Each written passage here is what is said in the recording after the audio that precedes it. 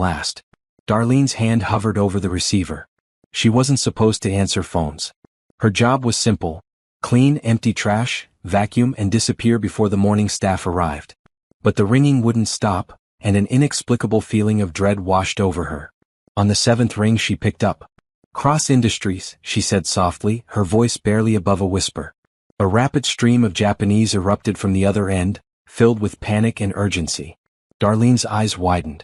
She understood every word, thanks to her beloved grandmother who had worked for a Japanese family for 40 years and taught Darlene the language during countless summer afternoons. The man was saying something about contracts being terminated, lawsuits, and massive financial losses. He mentioned Nathan Cross by name, and the words $500 million came through clearly in English. "Please," the voice continued in Japanese, "I must speak with Cross-san immediately. This cannot wait until morning. The board has voted. We are canceling everything." Darlene's heart pounded. She glanced around the empty office, knowing Nathan Cross was probably asleep in his penthouse apartment across town. But this man on the phone sounded desperate, and he was talking about hundreds of millions of dollars. "Sir," she replied in Japanese, "Mr. Cross is not available right now. Can you tell me what this is about? Maybe I can help." A stunned silence followed. Then the man spoke again, this time slower and more clearly. "You speak Japanese? Thank goodness. I am Hiroshi Tanaka, CEO of Tanaka Global Industries.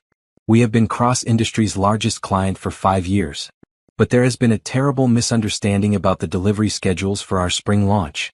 My board believes Cross Industries has disrespected our timeline and our culture. They voted tonight to terminate our contract and pursue legal action for damages."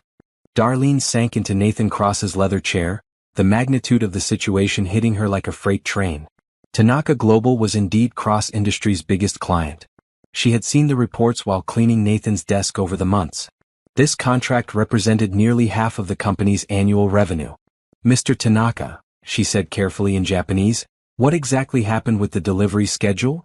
Your company sent an email last Friday informing us that our spring product launch would be delayed by 2 weeks. But the email came on a Friday afternoon, and it was very brief. No explanation, no apology, no acknowledgement of the impact on our business. In Japan, this shows great disrespect. My board felt insulted by the casual dismissal of our concerns." Darlene closed her eyes, beginning to understand. She had learned from her grandmother that Japanese business culture valued deep respect, proper communication, and acknowledgement of relationships. A brief email about delays without proper context would indeed be seen as disrespectful. "Mr. Tanaka," she said, "I believe this is a cultural misunderstanding. American business communication can seem abrupt, but it was not intended as disrespect. Mr. Cross values your partnership greatly." "But it is too late," Hiroshi replied, his voice heavy with regret. "The board has decided. Unless we can resolve this immediately, by morning our lawyers will begin proceedings. I called hoping to speak with Cross-san personally, to give him one last chance to explain." Darlene's mind raced. She looked at the clock, 2:23 a.m. Nathan Cross needed to know about this immediately, but she was just a cleaning lady. Who would believe her? Who would listen? But she thought about all the people who worked at Cross Industries.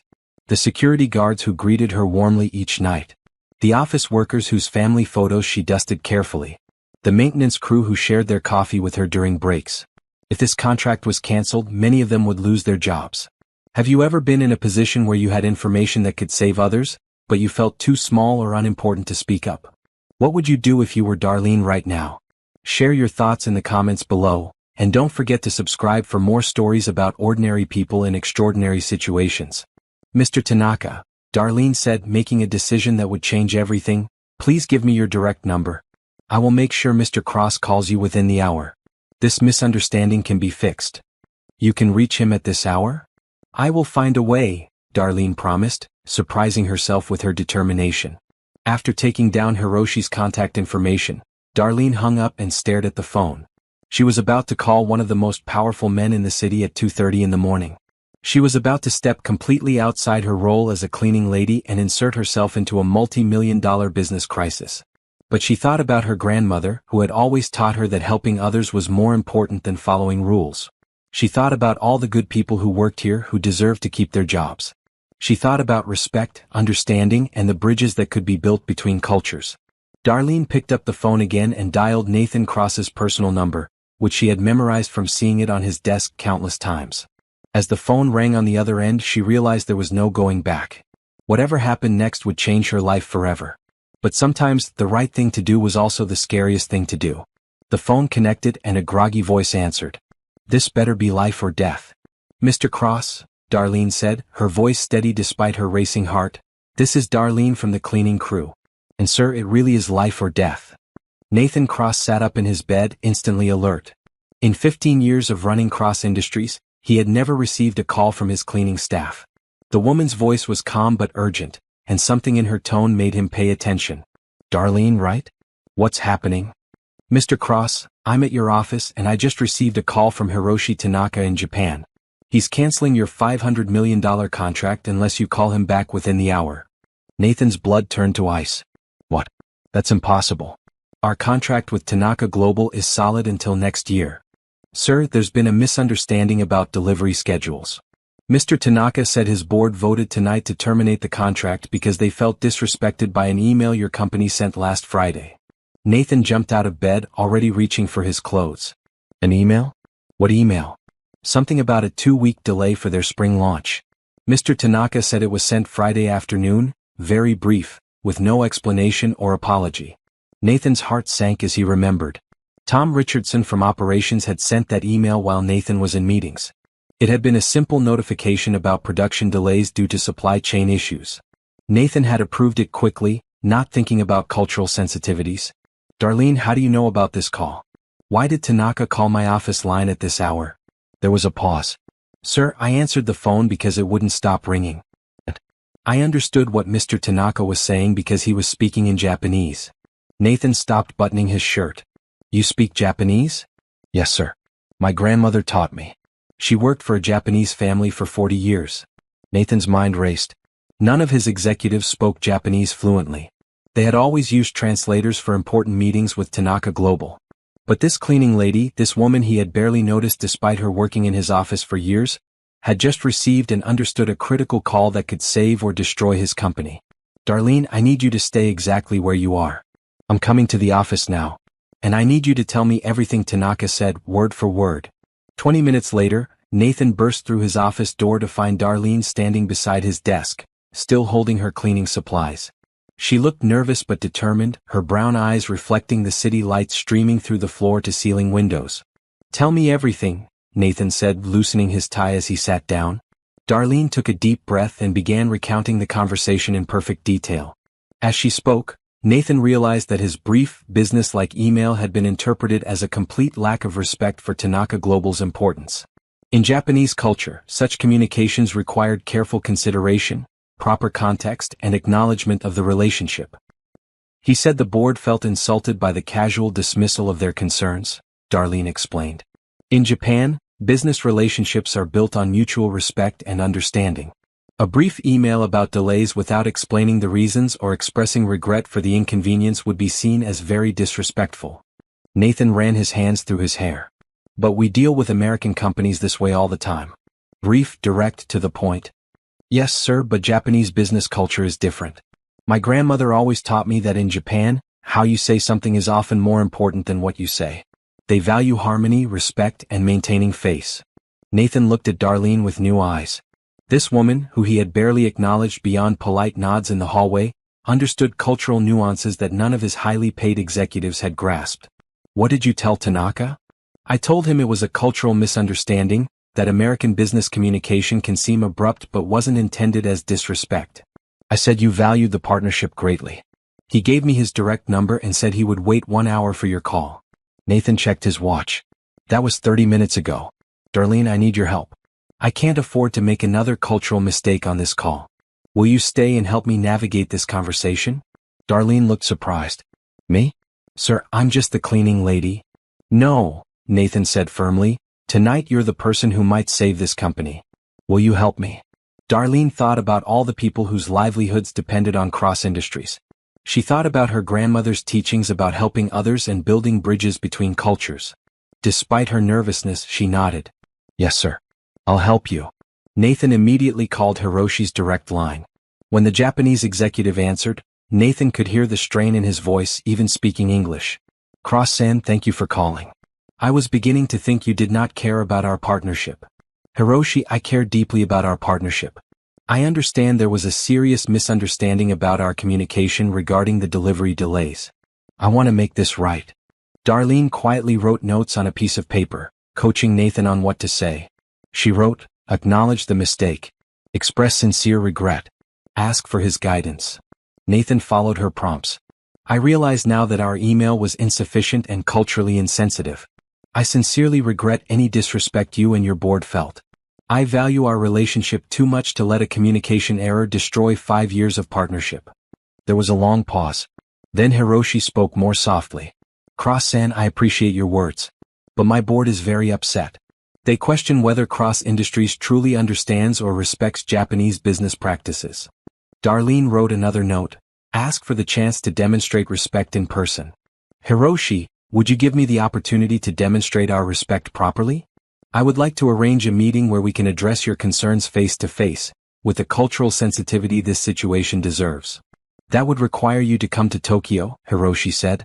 And you would need someone who truly understands our culture to ensure no further misunderstandings. Nathan looked at Darlene, who nodded encouragingly. I can be in Tokyo within 48 hours, with a cultural advisor who speaks fluent Japanese and understands the importance of proper business relationships. Very well, Cross-san. I will postpone the board's final decision until we can meet. But this is your last opportunity. Any further cultural missteps will end our partnership permanently. After the call ended, Nathan sat back in his chair, amazed at how quickly the crisis had been contained. But he realized the hardest part was just beginning. He needed to get to Tokyo, repair 5 years of cultural oversights, and save a $500 million contract. And he needed Darlene's help to do it. Darlene, he said, how would you like to take a trip to Tokyo?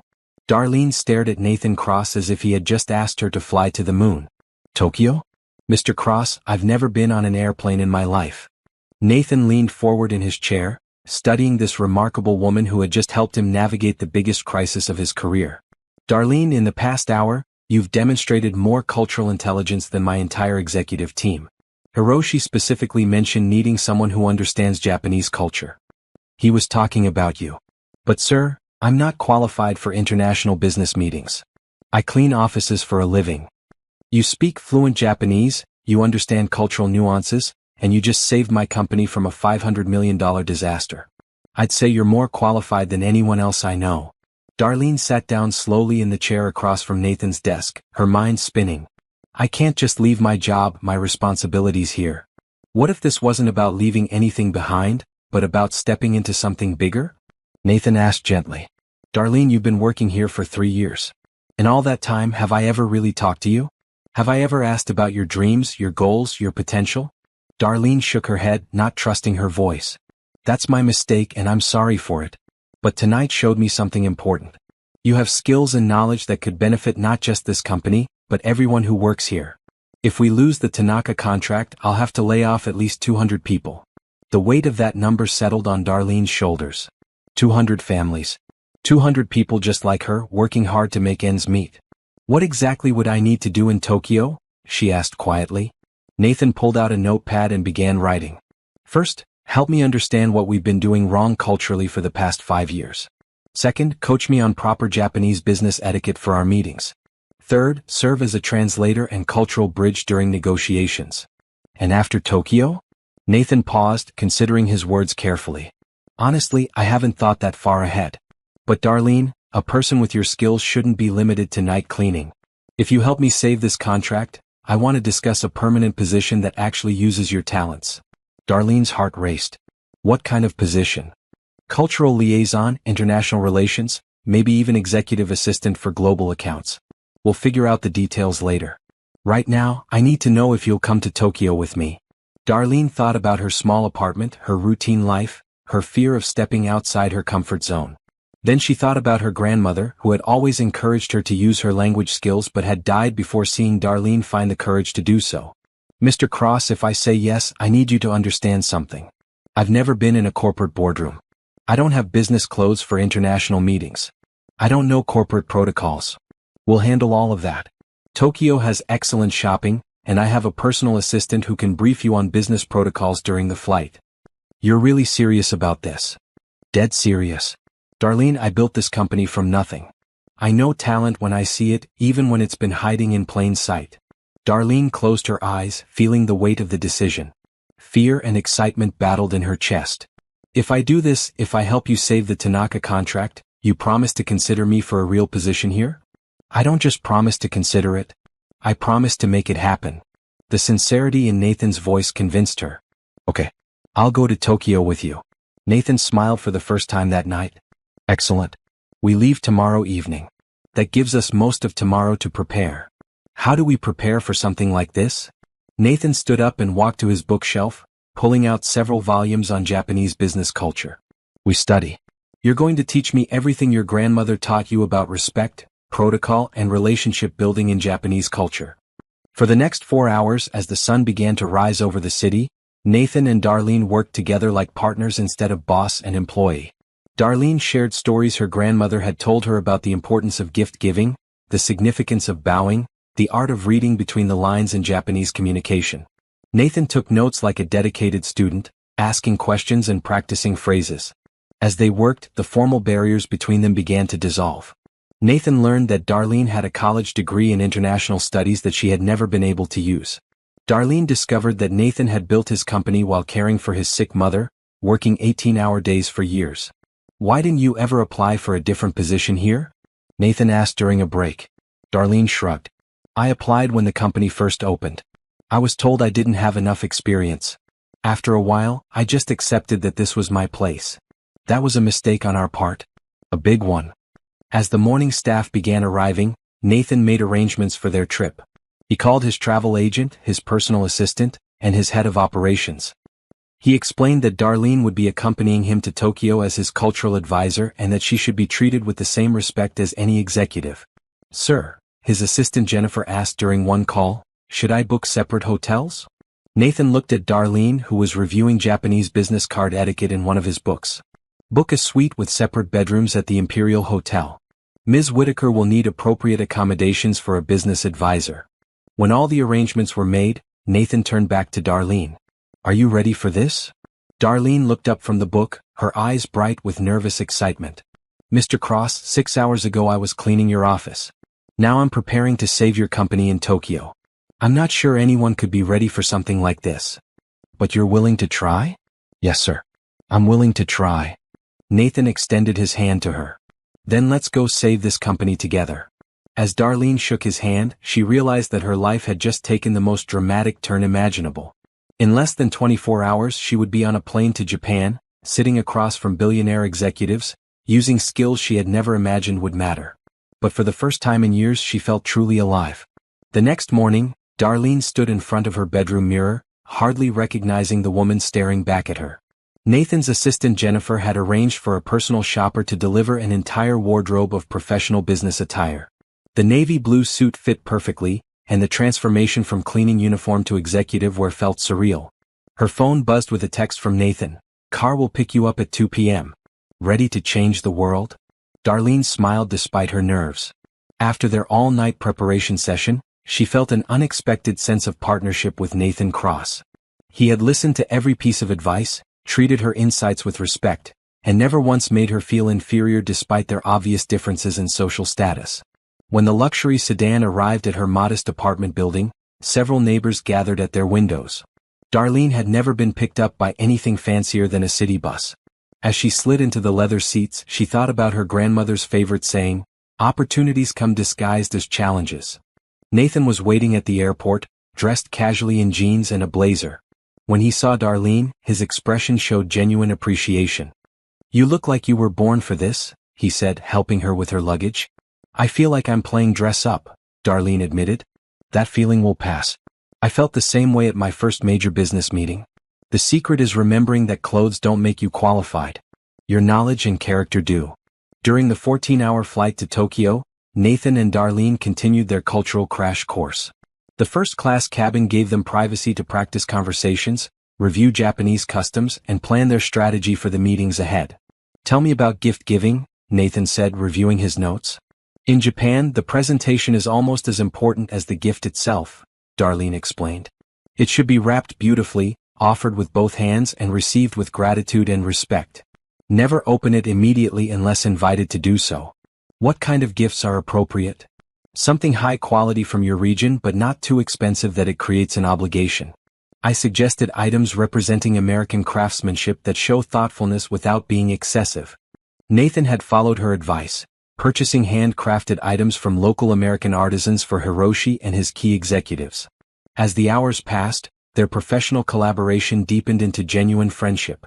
Nathan shared stories about building his company, the sacrifices he had made, and his fears about failure. Darlene talked about her dreams of using her language skills, her grandmother's influence, and her struggles with self-confidence.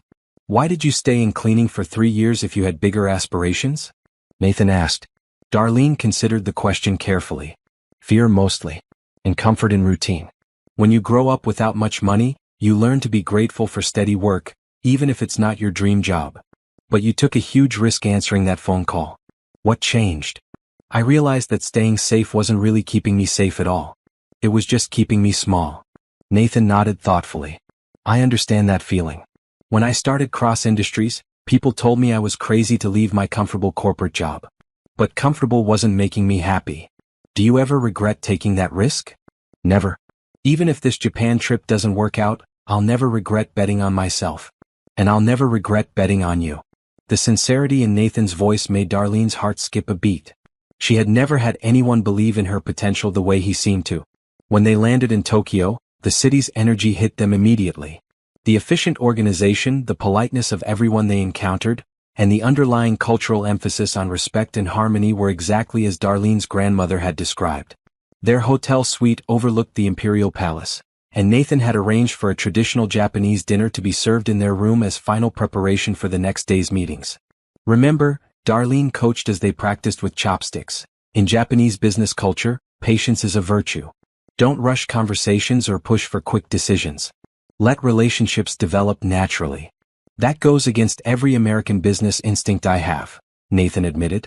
I know. But Hiroshi will be watching to see if you truly understand and respect their way of doing business. They spent the evening reviewing every detail of Japanese business etiquette. The proper way to exchange business cards with both hands and a slight bow, the importance of allowing moments of silence for reflection, the art of indirect communication that preserved everyone's dignity. Darlene, Nathan said as they finished their preparation, I want you to know something. Regardless of how tomorrow goes, working with you has been one of the best professional experiences of my career. You've taught me more about leadership and cultural sensitivity in 2 days than I learned in 15 years of business school and experience. Thank you for giving me this chance, Darlene replied. 3 days ago I thought my life was completely planned out. Now I feel like anything is possible. They were standing on the suite's balcony, looking out over the glittering Tokyo skyline. The moment felt charged with possibility and something deeper than professional respect. Darlene, can I ask you something personal? Of course. Are you involved with anyone? Romantically, I mean. Darlene's breath caught. No. I haven't dated anyone seriously in over a year. My last relationship ended when he said I was too ambitious for a cleaning lady. She paused. Why do you ask? Nathan turned to face her fully. Because I'm finding it hard to separate my professional appreciation for you from my personal attraction to you. I don't want to complicate this business situation, but I also don't want to pretend I don't feel something here. Darlene's heart raced. Nathan, I feel it too. But you're right about the complications. Let's focus on saving your company first. Then we can explore whatever this is between us. Nathan smiled. Deal. But after we succeed tomorrow, and I'm confident we will, I'd like to take you to dinner. A real date, not a business meal. I'd like that very much. They shook hands formally, but both felt the electric connection that promised much more than a business partnership. The next morning would bring their greatest challenge yet, but for the first time in her life, Darlene felt truly confident about facing the unknown. The next morning arrived with Tokyo's characteristic efficiency. Darlene woke to find traditional Japanese breakfast waiting in their suite, along with detailed briefs about Tanaka Global Industries that Nathan's research team had compiled overnight. Ready for this? Nathan asked, adjusting his tie with nervous energy. As ready as we can be, Darlene replied, though her stomach was filled with butterflies. Remember, today is about rebuilding trust and demonstrating respect. Their first meeting was scheduled for 10 a.m. at Tanaka Global's headquarters in the business district. As their taxi navigated through Tokyo's morning traffic, Darlene coached Nathan on final details. When we meet Hiroshi, let him speak first. Show patience. And remember, if he offers tea, accept it gracefully even if you don't want it. What if I say something wrong? You won't, because you're going to think before you speak, and I'll be there to help if needed. The Tanaka Global building was an impressive glass tower that spoke of success and tradition. In the elevator to the 40th floor, Nathan took a deep breath. I've negotiated million-dollar deals before, but this feels different. Because it is different, Darlene said softly. This isn't just about money. It's about relationships, respect, and understanding between cultures. Hiroshi Tanaka greeted them in a conference room with floor-to-ceiling windows overlooking Tokyo Bay. He was a distinguished man in his 50s, impeccably dressed, with kind eyes that suggested wisdom and patience. Cross-san, he said, bowing slightly. Welcome to Tokyo. Nathan returned the bow with exactly the depth Darlene had taught him. Tanaka-san, thank you for receiving us. I am honored by your time and patience. Hiroshi's eyes brightened slightly at Nathan's use of proper Japanese honorifics. Then he turned to Darlene. And you must be the cultural advisor who understood our conversation. Please tell me your name. I am Darlene Whitaker, she replied in Japanese, bowing respectfully. It is an honor to meet you, Tanaka-san. Hiroshi's eyebrows rose in surprise and pleasure. Your Japanese is excellent. Where did you learn? My grandmother worked for a Japanese family for many years. She taught me language and culture from childhood. She taught you well. Please both of you sit. The formal tea service that followed allowed Nathan to demonstrate the patience and respect that Darlene had emphasized. He waited for Hiroshi to begin drinking, used both hands to hold his cup, and expressed genuine appreciation for the tea's quality. Cross-san, Hiroshi began, before we discuss business, I must understand something. In 5 years of partnership, why have cultural considerations never been part of our communications? Nathan glanced at Darlene, who nodded encouragingly. Tanaka-san, I must be honest. I made the mistake of assuming that business success was universal, that efficiency and directness were always appreciated. I failed to understand that how we communicate is as important as what we communicate. This was my error, not my company's. And what has changed? Working with Darlene has opened my eyes to the richness of cultural understanding. I realize now that our partnership has been one-sided.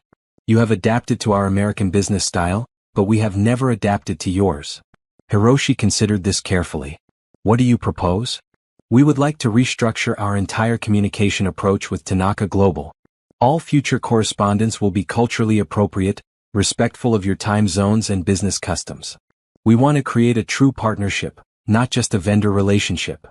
This sounds promising, but my board needs more than promises. They need evidence of genuine change. Darlene leaned forward slightly. Tanaka-san, if I may suggest something? Hiroshi nodded for her to continue. Perhaps we could arrange a video conference with your board members? Cross-san could personally address their concerns and demonstrate his commitment to cultural respect. Sometimes face-to-face communication, even virtually, can convey sincerity better than any document. Hiroshi's eyes lit up. This is an excellent suggestion. My board members are very traditional. They value personal accountability and direct communication. Nathan immediately agreed. We can arrange a video conference at your convenience. Can you do this today? My board is meeting at 3 p.m. Absolutely. Hiroshi made several phone calls in rapid Japanese, then turned back to them. It is arranged. But Cross-san, you should know that some board members are very upset. They may ask difficult questions. I understand. I'm prepared to take full responsibility for our cultural oversights. The hours until the video conference were spent in intense preparation. Hiroshi's assistant provided background information on each board member, their particular concerns, and the best approaches for addressing their questions. Darlene worked with Nathan on crafting responses that balanced American directness with Japanese diplomacy. They practiced handling hostile questions with grace and patience. Remember, Darlene coached, if someone asks a difficult question, pause before answering. Show that you're giving their concerns serious thought. When 3 p.m. arrived, they gathered in Tanaka Global's high-tech conference room. The large screen displayed 7 stern-looking executives from various Tanaka Global offices across Japan. Hiroshi introduced Nathan and Darlene in Japanese, explaining the purpose of the meeting. Then he switched to English for Nathan's benefit.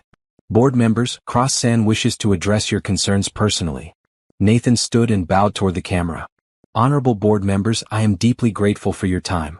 I come before you not to make excuses, but but to acknowledge my failures and propose solutions. For the next hour, Nathan fielded questions about everything from communication protocols to cultural sensitivity training for his staff. Darlene provided subtle guidance, helping him navigate particularly challenging moments. The breakthrough came when the eldest board member, Yamamoto-san, asked the most difficult question of all. "Cross-san, how do we know this is not just pretty words to save a contract? How do we know you truly understand the importance of respect in business relationships?" Nathan paused exactly as Darlene had taught him. Then he spoke from his heart. "Yamamoto-san, 3 days ago I did not understand. But working with Darlene has taught me that business is not just about profit. It is about relationships, mutual respect, and creating value together. I cannot undo 5 years of cultural blindness, but I can promise that going forward, your culture and your business needs will be as important to me as my own." Yamamoto-san leaned forward. "And this woman, this Darlene, she will continue to advise you?" Darlene answered in Japanese before Nathan could respond. "Yamamoto-san, I would be honored to serve as a bridge between our cultures, to ensure that respect and understanding guide all future communications." The board members murmured among themselves in Japanese. Then Yamamoto-san smiled for the first time. "Cross-san, your cultural advisor shows great wisdom. If she continues to guide your communications with us, we are willing to continue our partnership." Relief flooded through Nathan. "Thank you, Yamamoto-san. Thank you all." After the video conference ended, Hiroshi shook both their hands warmly. "You have saved your contract, Cross-san. But more importantly, you have begun to build the kind of partnership we have always hoped for." As they left the building, Nathan turned to Darlene with amazement in his eyes. "We did it. We actually did it." "We did," Darlene agreed, but she sensed there was more to come. That evening, Hiroshi called their hotel with an unexpected invitation that would change everything once again. The call came while Nathan and Darlene were celebrating their successful board meeting with room service sushi and sake in their hotel suite. Nathan's phone rang, and Hiroshi's name appeared on the caller ID. "Tanaka-san," Nathan answered, putting the call on speaker so Darlene could listen. "Cross-san, I hope I am not disturbing your evening." "Not at all. We were just reflecting on today's positive outcome." "Good. I am calling because my board has made an additional request. They were very impressed with both your sincerity and Darlene-san's cultural knowledge." Nathan and Darlene exchanged glances. "What kind of request?" "They would like to meet you both in person tomorrow. Not for business negotiations, but for a traditional tea ceremony and cultural exchange.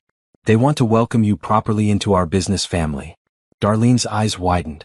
Being invited to a formal tea ceremony was a significant honor in Japanese culture. "We would be deeply honored," Nathan replied. "Excellent. But there is one condition. The ceremony is very traditional, very formal. You must both be prepared to participate fully in Japanese customs for several hours." "We understand," Darlene answered in Japanese. "We will prepare appropriately." "Perfect. My assistant will send details to your hotel." "And Cross-san?" "My board is also interested in discussing a proposal that might benefit both our companies significantly." After the call ended, Nathan turned to Darlene with excitement and nervousness. "A formal tea ceremony? What does that involve?" "It's one of the highest honors they could offer," Darlene explained. "It means they truly accept you as a respected partner." But Hiroshi is right about the preparation. Every movement, every gesture has meaning. We'll need to practice. They spent the evening learning the intricate steps of the tea ceremony from online videos and cultural guides. Darlene coached Nathan on sitting seiza style, the proper way to hold and appreciate the tea bowl, and the respectful silence that allowed participants to focus on the moment.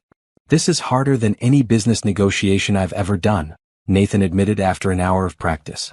"Because it's not about winning or losing," Darlene said. "It's about harmony, respect, and being present in the moment." The next morning, they were collected by a traditional car and driven to a beautiful temple complex on the outskirts of Tokyo. The tea house was a masterpiece of traditional architecture, surrounded by carefully maintained gardens. Hiroshi greeted them wearing a formal kimono, accompanied by the 7 board members they had met via video conference. Each man bowed deeply, and Nathan and Darlene returned the gesture with the precise respect Darlene had taught him. "Welcome to our tea house," Hiroshi said. "Today we set aside business and focus on understanding each other as people." The ceremony that followed was unlike anything Nathan had ever experienced. The deliberate pace, the focus on each small movement, the appreciation for simple beauty created an atmosphere of peace and connection. Darlene participated with natural grace, her grandmother's teachings evident in every gesture. Nathan, despite his nervousness, showed genuine respect and attention that impressed the Japanese executives. During the quiet moments of the ceremony, Yamamoto-san spoke softly to Darlene in Japanese. Your grandmother taught you well. You understand not just our language but our spirit. Thank you, Yamamoto-san. She always said that understanding culture was about understanding the heart, not just the words. After the ceremony concluded, the group moved to a more comfortable room for discussion. Hiroshi smiled at both Nathan and Darlene. Cross-san, Darlene-san, you have honored us today. Now we would like to discuss something that could benefit both our companies greatly. We're listening, Nathan said. Our board has been discussing expansion into the American market for cultural and educational exchanges. We believe there is great value in helping American companies understand Asian business culture, just as you have learned. Darlene felt her heart rate increase. This sounded like an opportunity beyond anything she had imagined. What are you proposing? Nathan asked. A joint venture. Cross Industries would establish a cultural consulting division, with Darlene San as the director. We would provide expertise, training, and clients throughout Asia. Together, we could help American businesses avoid the cultural mistakes that nearly cost us our partnership. Nathan looked at Darlene, who was trying to process the magnitude of what was being offered. This would mean, Hiroshi continued, that Darlene San would travel regularly between America and Asia, building relationships and providing cultural guidance. It would be a significant responsibility. Yamamoto-san added, we have watched her today. She has the knowledge, the respect, and the natural ability to bridge our cultures successfully. Nathan felt a surge of pride for Darlene, mixed with a concern about what this might mean for their growing personal relationship. What would this involve specifically? Nathan asked. Initially, 6 months in Japan for intensive training in advanced business culture and language. Then regular travel between our countries as needed. The position would come with a significant salary and the resources to build a new division within Cross Industries. Darlene finally found her voice. Tanaka-san, this is an incredible opportunity. But I need to understand something. Would I be working for Cross Industries or Tanaka Global? Both. You would be the bridge between our companies, reporting to Cross-san but working closely with our cultural training department. The room fell silent as everyone waited for Darlene's response. Nathan watched her face, seeing the excitement and fear battling in her expression. Darlene started, then paused. Could I have some time to consider this? It's a much larger opportunity than I ever imagined. Of course, Hiroshi said. Take all the time you need. But we hope you will say yes. We believe you could help many companies avoid the misunderstandings that nearly cost us our friendship. As they rode back to the hotel, Nathan was unusually quiet. What are you thinking? Darlene asked. I'm thinking you're about to become one of the most in-demand cultural consultants in international business, Nathan said. And I'm incredibly proud of you. But I'm also thinking that I just found someone amazing, and now she might be traveling the world for 6 months. Darlene reached over and took his hand. Nathan, 3 days ago I was cleaning your office. Now I'm being offered a chance to change my entire life. I need to think about this carefully. I know. And whatever you decide, I'll support it. Your potential is too great to limit because of my personal feelings. That evening, as Darlene sat on their suite's balcony looking out over Tokyo, she realized she was facing the biggest decision of her life. Accept this incredible opportunity and step into a future she had never dared imagine, or choose a safer path closer to the man she was falling for. But as her grandmother had always taught her, the biggest opportunities often required the biggest leaps of faith. The question was she ready to jump? Darlene spent a sleepless night weighing her options. The opportunity Tanaka Global offered was beyond her wildest dreams, but it would mean major changes to the life she was just beginning to build with Nathan. When morning came, she found Nathan on the suite's balcony, drinking coffee and watching the sunrise over Tokyo. Did you sleep at all? He asked, offering her a cup. Not much. I keep thinking about what my grandmother would say about this opportunity. What do you think she would say? Darlene smiled softly. She would tell me that fear is the only thing standing between me and my dreams. She spent 40 years working for someone else's family, always wishing she could use her skills in bigger ways. Nathan nodded thoughtfully. Then you know what you need to do. I think I do. But first, I want to experience more of what this would actually involve. Can we extend our stay in Tokyo for a few more days? I want to understand what working here would really be like. Absolutely. I'll call the office and arrange for an extended stay. Over the next 3 days, Hiroshi arranged for Darlene to shadow the cultural training department at Tanaka Global. She observed business meetings, participated in client consultations, and worked with their team of cultural specialists. Nathan spent his time learning more about Japanese business practices, attending meetings with various Tanaka Global departments, and seeing firsthand how cultural understanding improved business relationships. "This is incredible," Darlene told Nathan after her second day with the cultural team. "They have specialists for every aspect of international business relations. Food customs, gift protocols, communication styles, negotiation approaches. How do you feel about the work itself?" "It's exactly what I've always wanted to do without knowing it existed. I helped a German company understand why their presentations weren't connecting with Japanese clients. The solution was simple once they understood the cultural differences, but it made a huge impact on their success." Nathan could see the excitement in Darlene's eyes, the sense of purpose that came from using her skills meaningfully. "There's something else," Darlene continued.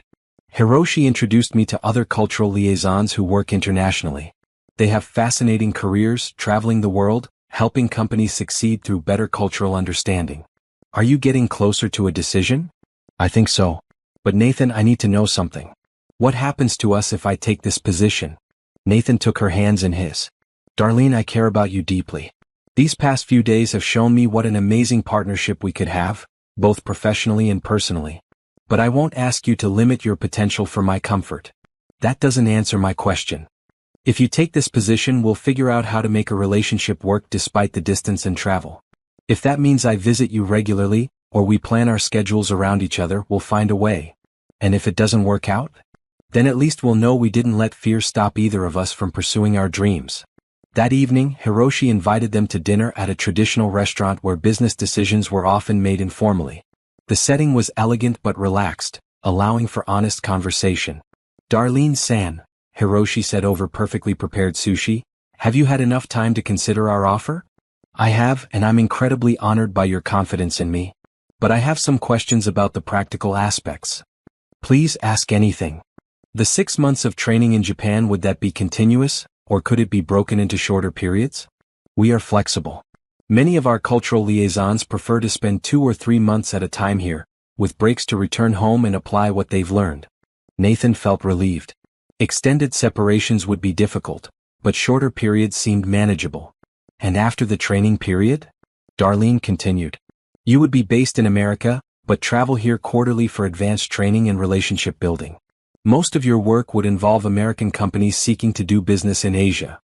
"What about other Asian countries besides Japan?" "Eventually, yes. We have partnerships throughout Asia. You would become an expert in multiple cultures, not just ours." Darlene looked at Nathan, then back at Hiroshi. "I would like to accept your offer, with one condition." "What condition?" "I want Cross Industries to be the pilot program for this new division. I want to spend the next 6 months not only learning your methods, but applying them to improve Nathan's company's international relationships." Hiroshi smiled broadly. "An excellent suggestion. Cross-san, would this arrangement work for you?" "It would be perfect," Nathan replied.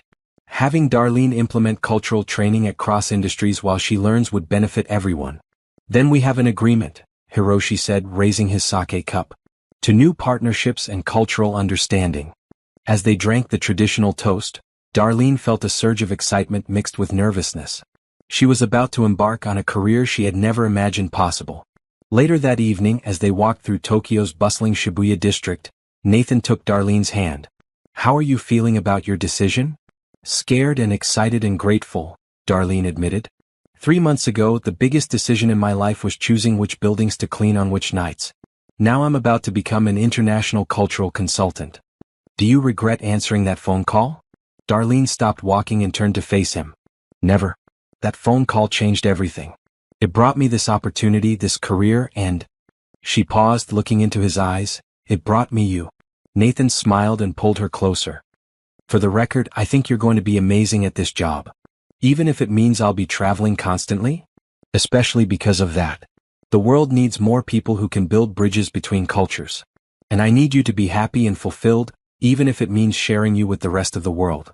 As they stood in the middle of one of the world's busiest intersections, surrounded by millions of people but focused only on each other, Darlene realized that sometimes the best adventures began with the scariest decisions. Tomorrow they would fly back to America to begin implementing her new role, but tonight she was exactly where she wanted to be. In Tokyo with Nathan on the brink of the most exciting chapter of her life. Ready to go home and start our new adventure? Nathan asked. With you? I'm ready for anything. Returning to New York felt surreal for Darlene. Just 1 week earlier she had been cleaning the Cross Industries building at night. Now she was walking through the same hallways as the company's new director of cultural relations, with employees greeting her respectfully and Nathan's assistant scheduling meetings on her behalf. The transition wasn't entirely smooth. Some longtime employees struggled to adjust to Darlene's new role, particularly those who remembered her as the cleaning lady. But Nathan addressed this directly in a company-wide meeting. I want everyone to understand something important, Nathan announced to the gathered staff. Darlene Whitaker saved this company. Her cultural knowledge and language skills prevented us from losing our biggest client. Now she's going to help us become the most culturally competent company in our industry. The formal contract negotiation with Tanaka Global was scheduled for the following week. Hiroshi would fly to New York with 3 board members to finalize the details of both the renewed business contract and the new cultural consulting partnership. Darlene spent the days leading up to the meeting preparing Cross Industries' conference room according to Japanese standards. She arranged for proper tea service, ensured appropriate seating arrangements, and coached the executive team on cultural protocols. Remember, she told Nathan's senior staff, in Japanese business culture, the relationship is as important as the contract terms. These meetings are about building trust and mutual respect. Jennifer, Nathan's assistant, raised her hand. What if they ask questions we don't know how to answer? Be honest about not knowing but express genuine interest in learning. They respect humility and willingness to improve more than false confidence. Tom Richardson from operations, who had sent the original problematic email, looked particularly nervous. What if they bring up my mistake? If they do, take responsibility without making excuses, express sincere regret, and demonstrate what you've learned, Darlene advised. They value accountability and growth. The day of the negotiation arrived with typical New York autumn weather. Crisp, clear, and energizing. Hiroshi and his team arrived precisely on time, dressed in impeccable business attire that reflected both tradition and modernity. Darlene greeted them in Japanese, using the formal honorifics appropriate for such an important occasion. Tanaka-san, welcome to Cross Industries. We are deeply honored by your presence. Darlene-san, Hiroshi replied warmly, it is our pleasure to be here. Your preparation is evident and much appreciated. The tea ceremony that opened the meeting set the tone for everything that followed. Nathan had practiced extensively, and his respectful participation impressed the Japanese executives. Even Tom Richardson, despite his nervousness, demonstrated genuine effort to honor their customs. Before we discuss contract terms, Hiroshi said, I want to address the cultural training partnership. My board is very excited about this initiative. He turned to Darlene. We have prepared a detailed proposal for your review. The document Hiroshi presented outlined an extensive program that exceeded even Darlene's expectations. The Cultural Consulting Division would start with a $2 million annual budget, international training opportunities, and partnerships with major corporations across America. This is substantial, Nathan said, reviewing the numbers. We believe cultural understanding is the future of international business, explained Yamamoto-san. Companies that master this will have significant competitive advantages. Darlene studied the proposal carefully.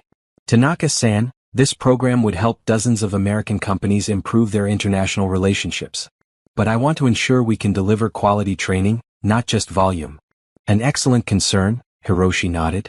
We propose starting with 10 pilot companies in the first year, building expertise and case studies before expanding. The negotiations continued for hours, with Darlene serving as both cultural advisor and active participant. She helped navigate moments when American directness might have caused offense, and ensured that Japanese concerns about implementation were fully addressed. During a break, Yamamoto-san approached Darlene privately. Darlene-san, you demonstrate remarkable wisdom for someone so new to international business. Thank you, Yamamoto-san. I'm learning from excellent teachers. May I ask you something personal? Are you and Cross-san romantically involved? Darlene was surprised by the directness of the question. We are exploring that possibility. Why do you ask? Because business partnerships work best when there is harmony in all relationships. We see how you work together, how you support each other. This gives us confidence in the long-term stability of our partnership. When negotiations resumed, the final sticking point involved Darlene's travel schedule. Tanaka Global wanted her in Japan for 3 months of each year, while Nathan preferred shorter, more frequent trips. Perhaps, Darlene suggested, we could structure the program seasonally. I could spend extended time in Japan during your slower business periods, and be available in America during peak project times. This compromise satisfied both parties, and by late afternoon, they had reached agreement on all major points. There is one final tradition we must observe, Hiroshi announced. In Japan, important agreements are sealed with a formal ceremony. He presented Nathan with an exquisite hand-crafted pen, made by a master artisan in Kyoto. This represents the permanence of our partnership and the respect we have for your commitment to cultural understanding. Nathan accepted the pen with both hands and a deep bow. Tanaka-san, I am deeply honored. This partnership represents a new chapter for Cross Industries, and we will honor the trust you have placed in us. As the contracts were signed, Darlene felt overwhelmed by the magnitude of what had just happened. In 2 weeks, she had gone from cleaning offices to negotiating million-dollar international partnerships. Darlene-san, Hiroshi said as the meeting concluded, you have exceeded our highest expectations. We look forward to working with you for many years. After the Japanese delegation departed, Nathan's executive team gathered for a celebration dinner. The mood was jubilant, with everyone recognizing that they had just secured not only their biggest client, but also a new revenue stream that could transform the company. I want to propose a toast, Nathan said, raising his glass. To Darlene Whitaker, who answered a phone call and changed all our lives. As the team applauded, Darlene felt tears of gratitude in her eyes. But she also felt something else. The weight of new responsibilities and the exciting challenge of proving herself worthy of the trust everyone had placed in her. Later that evening, as she and Nathan walked through Central Park, she reflected on how dramatically her life had changed. Are you ready for what comes next? Nathan asked. I'm ready to try my best, Darlene replied. But Nathan, I need you to know something. Success hasn't changed how I feel about you. If anything, it's made me more grateful for your support. Nathan stopped walking and turned to face her. Darlene, I need to tell you something too. These past 2 weeks have shown me what I want my future to look like, and it includes you in every part of it. Even with all the travel and new responsibilities? Especially with those things. You're becoming the person you were always meant to be, and I want to be part of that journey. As they stood beneath the autumn trees, with the New York skyline glittering around them, Darlene realized that the best part of her new life wasn't the career opportunity or the financial security. It was finding someone who believed in her dreams as much as she was learning to believe in them herself. 6 weeks into Darlene's new role as Director of Cultural Relations, Cross Industries was already seeing the benefits of her expertise. She had successfully guided 3 major clients through negotiations with Asian partners, preventing potential cultural misunderstandings that could have cost millions and lost business. The success hadn't gone unnoticed. Companies throughout New York were requesting Darlene's consulting services, and Nathan found himself fielding calls from competitors trying to recruit her away from Cross Industries.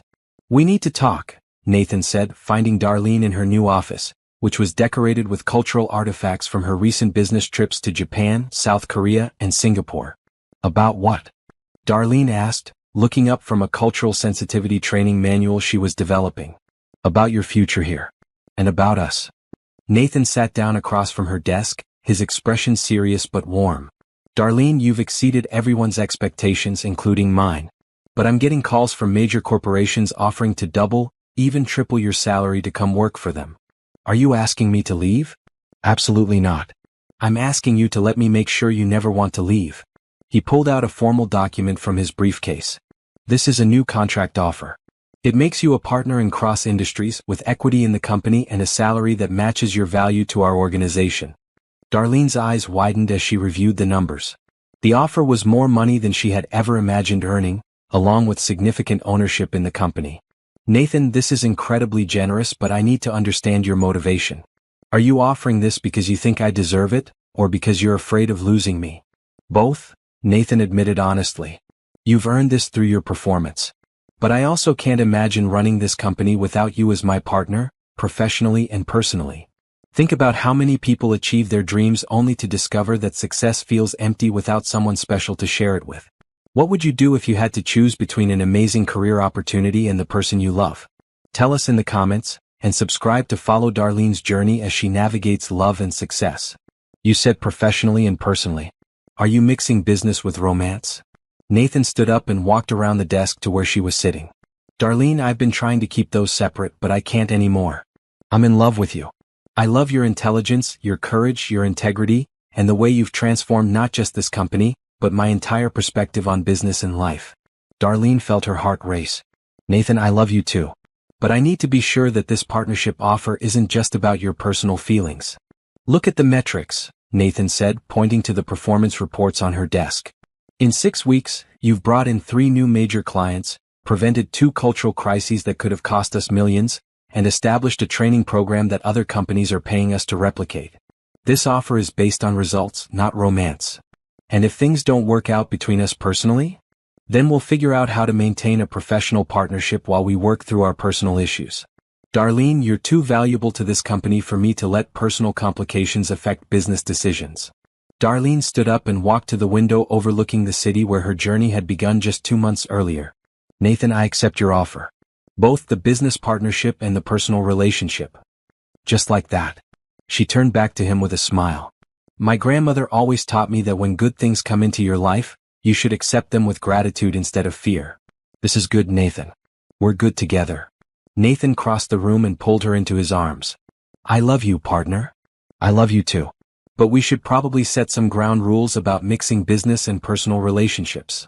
Agreed. What do you suggest? Business hours are for business. Personal time is for personal things. And if we disagree about company matters, we discuss it professionally, not as a couple. Deal. Their conversation was interrupted by Nathan's assistant Jennifer knocking on the door. Sorry to interrupt, but Hiroshi Tanaka is on the phone with an urgent matter. Nathan and Darlene exchanged glances. Urgent calls from their biggest client still made them both nervous. Put him through to Darlene's office, Nathan said. Tanaka-san, Darlene answered in Japanese. How may I help you? Darlene-san, I have wonderful news. My board has been so impressed with the success of our cultural consulting partnership that we want to expand it significantly. What kind of expansion? We want to offer you a position as Tanaka Global's Director of International Cultural Relations. You would oversee cultural training for all our Western business partnerships, not just those with cross-industries. Darlene felt Nathan tense beside her.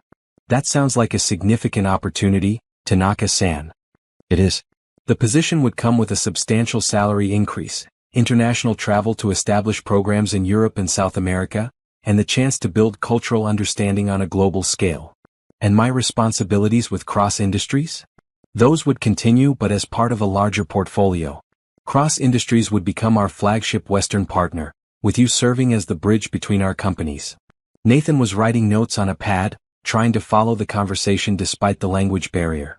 Tanaka-san, this is an incredible honor. May I have some time to consider the offer and discuss it with Cross-san? Of course. But Darlene-san, this opportunity could make you one of the most influential cultural consultants in international business. Take whatever time you need. After the call ended, Nathan looked at Darlene with a mixture of pride and concern. Let me guess. They want to promote you to an even bigger role. Global Director of International Cultural Relations. It would mean working with companies all over the world, not just in Asia. That's amazing. And terrifying. Why terrifying? Because I just got you as my business partner and girlfriend, and now the world wants to take you away from me. Darlene sat on the edge of her desk, considering the implications. Nathan, what if we looked at this differently? What if this opportunity could benefit both of us? How? If I take this position, Cross Industries becomes Tanaka Global's flagship Western partner. That means more business, more prestige, and more opportunities for your company. And I would still be based here in New York, just traveling more frequently. Nathan was quiet for a long moment. You want to take it? I think I do. But not if it means losing what we're building together. Darlene, 2 months ago you were afraid to step outside your comfort zone. Now you're being offered the chance to change how international business operates around the world. I won't be the reason you don't pursue that dream. Even if it means I'll be traveling constantly? Then I'll learn to appreciate the time we have together even more. Darlene stood up and walked back to Nathan. Are you sure about this? Really sure? I'm sure that I love you enough to support your biggest dreams, even when they scare me. Then I'll call Hiroshi back and accept his offer. With one condition. What condition? Marry me. Darlene stared at Nathan in shock. What? I know it's fast and I know timing is terrible with all these career changes. But Darlene, I don't want to wait for the perfect moment to ask you to be my wife. I want to build this incredible future with you as my partner in every sense of the word. Tears filled Darlene's eyes. Nathan, are you proposing to me in my office during a business discussion? Is that a yes or a no? It's a yes, you wonderful, imperfect, timing-challenged man. As Nathan kissed her, Darlene realized that sometimes the most important decisions in life came disguised as business opportunities. She was about to become a global business leader and an engaged woman, all because she had answered a phone call 2 months earlier. The future had never looked so bright or so full of possibilities. 6 months after that life-changing phone call, Darlene stood in front of the mirror in the bridal suite at the Plaza Hotel, hardly recognizing the woman staring back at her. The elegant ivory dress, the professional makeup, the confidence in her eyes, everything reflected the transformation that had begun with a simple decision to answer a ringing phone. You look absolutely beautiful, said Jennifer, who had become not just Nathan's assistant but one of Darlene's closest friends and her maid of honor. I feel like I'm living someone else's life, Darlene admitted, adjusting her grandmother's pearl necklace, something old that connected her to the woman who had made all of this possible. You're living your own life for the first time, Jennifer corrected. The life you were always meant to have. A knock at the door interrupted them.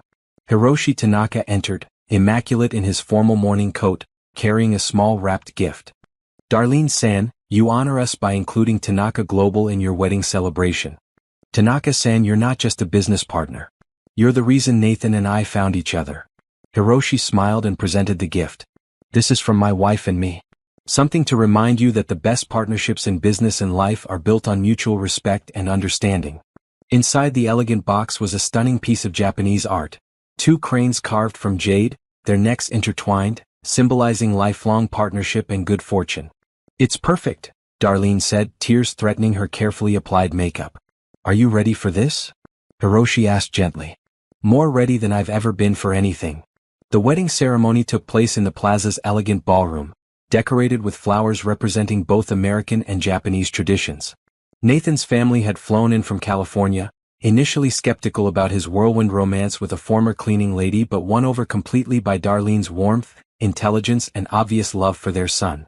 As Darlene walked down the aisle, she saw faces throughout the crowd that represented her journey, her former cleaning crew colleagues who had watched her transformation with pride and amazement, cross-industries executives who had learned to respect her expertise, and Tanaka Global board members who had flown from Japan to celebrate. But her eyes were fixed on Nathan, standing at the altar with tears of joy in his eyes and a smile that made her heart race the same way it had during their first business meeting in Tokyo. Dearly beloved, the officiant began, we are gathered here today to witness the union of 2 people who found love through the most unexpected circumstances. The ceremony was beautiful, but the moment that made everyone smile was when Nathan and Darlene exchanged vows in both English and Japanese, honoring both cultures that had brought them together. Nathan, Darlene said in English, then repeated in Japanese, you saw potential in me when I couldn't see it in myself. You supported my dreams even when they meant time apart. I promise to be your partner in business, in love, and in life. Darlene, Nathan replied, struggling with the Japanese pronunciation but making the effort. You taught me that success means nothing without understanding, respect, and love. You made me a better businessman and a better man. I promise to support your dreams as passionately as you've supported mine. As they kissed to seal their marriage, the ballroom erupted in applause from an audience that included billionaire executives, former cleaning crew members, Japanese business leaders, and family members who had watched 2 people from completely different worlds find perfect harmony together. The reception was a celebration that bridged cultures and social classes. Tom Richardson from operations gave a toast about second chances and learning from mistakes. Yamamoto-san spoke about the importance of recognizing talent regardless of its source. Even some of Darlene's former cleaning crew colleagues shared stories about her kindness and work ethic. But the most touching moment came when Nathan stood to address the crowd. 6 months ago, I thought I knew what success looked like. I had money, power, and what I believed was everything I needed. Then Darlene answered a phone call that changed both our lives. She didn't just save my company, she taught me that real success comes from understanding others, respecting different perspectives, and having someone to share your achievements with. He turned to Darlene, taking her hand. My wife has gone from cleaning offices at night to being one of the most sought-after cultural consultants in international business. But more importantly, she's taught me what it means to be part of a true partnership. As the evening wound down, Darlene and Nathan found themselves alone on the ballroom's balcony, looking out over Central Park where they had walked together after their first successful business meeting. Any regrets? Nathan asked, pulling his wife closer. Only one, Darlene replied. What's that? I wish my grandmother could have met you. She would have loved seeing how this all turned out. I think she can see, Nathan said softly. And I think she's proud of the woman you've become. Darlene smiled, thinking about the scared cleaning lady who had answered a phone call 6 months earlier. That woman could never have imagined standing here as Mrs. Nathan Cross, Director of Global Cultural Relations for Tanaka Global, and co-owner of Cross Industries. What are you thinking about? Nathan asked, just marveling at how answering one phone call changed everything. If I had let it ring. But you didn't. You took a risk, trusted your instincts, and changed both our lives. A year later, Darlene stood in front of a packed auditorium at Columbia Business School, delivering a keynote speech titled, Cultural Intelligence, the Future of International Business. In the audience sat Nathan, beaming with pride, along with students, business leaders, and colleagues from around the world. Success, Darlene told the crowd, often comes disguised as an opportunity that scares us. A year and a half ago, I was working as a night cleaner, convinced that my dreams were too big for my circumstances. Then I answered a phone call that terrified me and everything changed. She paused, making eye contact with Nathan. I learned that our biggest limitations are often self-imposed. That courage isn't the absence of fear, but acting despite fear. And that sometimes the most important thing you can do is answer when opportunity calls, even if you don't feel ready. The standing ovation that followed reflected not just appreciation for her words, but recognition of a journey that had inspired thousands of people to pursue their own seemingly impossible dreams. After the speech, as Darlene and Nathan walked across the Columbia campus where she was now a guest lecturer, she reflected on the suspense that had been building for weeks. Nathan had been acting mysteriously, taking private phone calls and meeting with people he wouldn't identify. Darlene suspected he was planning some kind of surprise for their first wedding anniversary, but she couldn't imagine what it might be. The answer came that evening when Nathan led her to their apartment's rooftop garden, which had been transformed with lights, flowers, and a beautiful dinner setup overlooking the city. Nathan, this is beautiful, but our anniversary isn't for another month. This isn't for our anniversary, Nathan said, his voice filled with excitement. This is for something else. He handed her an elegantly wrapped package. Inside was a folder containing legal documents and architectural plans. Nathan, what is this? It's the Whitaker Foundation for Cultural Understanding, he said, his eyes shining. A non-profit organization dedicated to providing cultural education and language training to underserved communities. Darlene's hands shook as she read through the documents. The foundation had an initial endowment of $5 million and partnerships with schools, community centers, and businesses throughout New York. The goal, Nathan continued, is to give other people the same opportunities your grandmother gave you. To teach languages and cultural understanding to people who might never otherwise have access to international opportunities. Nathan, this is incredible. But why now? Because I've watched you transform not just your own life but the lives of everyone you work with. Your success shouldn't be rare, Darlene. Cultural understanding and language skills should be available to everyone, regardless of their economic circumstances. Tears streamed down Darlene's face as she realized the magnitude of what Nathan had created. This foundation could change thousands of lives, creating opportunities for people just like she had been. There's one more thing, Nathan said, pulling out another document. The foundation's first scholarship recipient is Maria Santos, one of your former cleaning crew colleagues. She starts Japanese language classes next month. Darlene threw her arms around Nathan, overwhelmed by gratitude and love. How did you know this was exactly what I would want? Because I know you. And I know that your greatest joy comes from helping others achieve their dreams. As they stood together on their rooftop, looking out over the city where their story began, Darlene realized that the most beautiful part of success was the ability to lift others up along the way. Ready for our next adventure? Nathan asked. With you? I'm ready for anything. And as the lights of New York twinkled around them, Darlene knew that the best chapters of their story were still to be written, filled with love, success, and the joy of helping others answer their own life-changing phone calls.